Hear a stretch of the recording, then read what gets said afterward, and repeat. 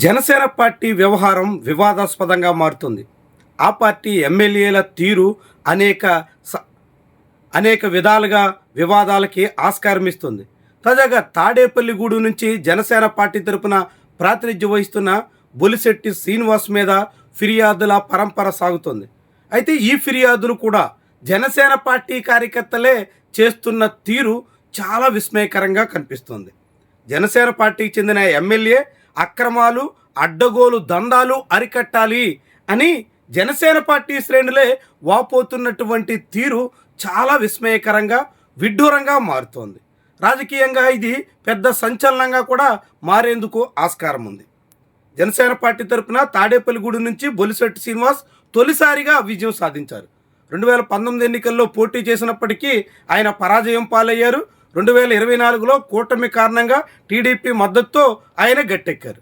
అలాంటి బొలిశెట్టి శ్రీనివాస్ ఎమ్మెల్యేగా గెలిచిన తర్వాత అడ్డగోలుగా సాగుతున్నారు అన్నది ప్రధాన అభియోగం. ఈ అభియోగం ఏకంగా భారత రాష్ట్రపతికే ఫిర్యాదు వరకు వెళ్ళినటువంటి వైనమే చాలా పెద్ద చర్చకు ఆస్కారం ఇస్తోంది.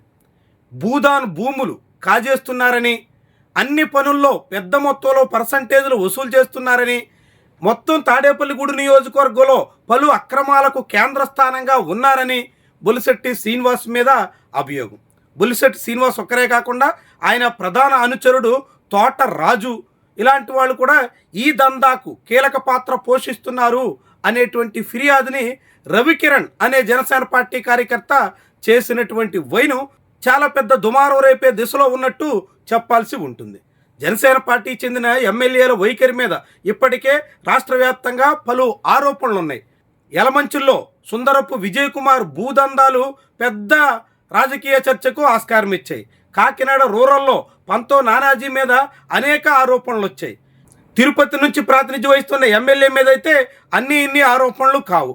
ఇలా జనసేన పార్టీ చెందినటువంటి ఎమ్మెల్యేలంతా ఉన్నదే 21 మంది అయితే అందులో సగం మంది పైగా పూర్తి అవినీతి అక్రమ వ్యవహారాల్లో తలమునకలే ఉన్నారు అనేటువంటి అభియోగాలు పెద్ద స్థాయిలో కనిపిస్తున్నాయి. లోకం మాధవి మొదలుకొని నాదెండ్ల మనోహర్ వరకు మంత్రులుగా ఉన్నటువంటి వాళ్ళు, ఎమ్మెల్యేలుగా తొలిసారి గెలిచినటువంటి వాళ్ళు, రాజకీయాల్లో కొత్తగా వచ్చినటువంటి వాళ్ళు అందరూ ఇలాంటి వివాదాల్లోనే తలమునకలై ఉన్నట్టు చెప్పాల్సి ఉంటుంది. ఇలాంటి తరుణంలో మరొక వైపు జనసేన పార్టీ ఎమ్మెల్యేల లైంగిక వ్యవహారాలు అర్వా శ్రీధర్ ఉదంతంతో చాలా పెద్ద స్థాయిలో రచ్చరాజేశాయి. ఇదంతా సాగుతుండగానే ఇప్పుడు బొలిశెట్టి శ్రీనివాస్ భాగోతం నేరుగా రాష్ట్రపతి వరకు ఫిర్యాదు చేసే స్థాయికి వెళ్ళడం అన్నది విశేషంగా చూడాల్సి ఉంటుంది. బొలిశెట్టి శ్రీనివాస్ తీరు ఇప్పటికే పలు వివాదాలకి కారణమవుతుంది. నెల్లూరులో జనసేన పార్టీలోనే చిచ్చు పెట్టడానికి బొలిశెట్టి కారకుడయ్యారు అంటూ జనసేన పార్టీ శ్రేణులే ఆరోపించేటంత వరకు వెళ్ళాయి. ఇక తాజాగా తాడేపల్లిగూడులో జనసేన పార్టీ నేతలే బొలిశెట్టి శ్రీనివాస్ అవినీతి అక్రమ భూదందాల మీద ఫిర్యాదు చేసినటువంటి వైనం చాలా పెద్ద చర్చకు ఆస్కారం ఇస్తుంది. ఇప్పటికే ఉమ్మడి పశ్చిమ గోదావరి జిల్లా చెందినటువంటి పలు ఎమ్మెల్యేల తీరు చాలా పెద్ద స్థాయిలో వివాదాస్పదంగా మారుతుంది. బర్త్డే నాడు కూడా సెలబ్రేషన్స్ కోసం చందాలు వసూలు చేశారు అంటూ పశ్చిమ గోదావరి జిల్లాకే చెందినటువంటి ఎమ్మెల్యే మీద ఆరోపణలు ఉన్నాయి. మరొక ఎమ్మెల్యే పేకాట శిబిరాలు నిర్వహిస్తూ తన కీప్ కోసం పెద్ద మొత్తంలో వెచ్చించి భారీ బంగ్లాలు నిర్మించారు అనేటువంటి అభియోగాలు ఉన్నాయి. ఇలా అనేక రాజకీయ రచ్చ సాగుతున్నటువంటి తరుణంలోనే ఇప్పుడు బొలిశెట్టి వ్యవహారం తెర మీదకి వచ్చినటువంటి వైనమే విశేషంగా చూడాల్సి ఉంటుంది.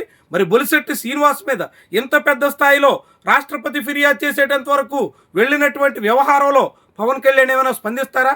పవన్ కళ్యాణ్ ఏమైనా అలాంటి వ్యవహారాల్లో చొరవగా నియంత్రించే పరిస్థితికి పూనుకుంటారా?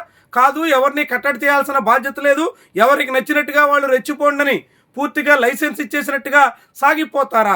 ఇదే ముఖ్యమైనటువంటి అంశం. జనసేన పార్టీ నేతల మీద వరుసగా అనేక ఆరోపణలు, అభియోగాలు, నేరాలకు సంబంధించినటువంటి విషయాలు, కేసులు అన్నీ వస్తున్నా పవన్ కళ్యాణ్ మాత్రం స్పందిస్తున్న పరిస్థితి లేదు. ఇప్పుడు బొలిశెట్టి శ్రీనివాస్ మీద కూడా ఆయన ఏమైనా కట్టడి చేయడానికి, నియంత్రించడానికి పూనుకుంటారనే ఆశ ఎవరిలోనూ ఉన్నట్టుగా కూడా కనిపించట్లేదు.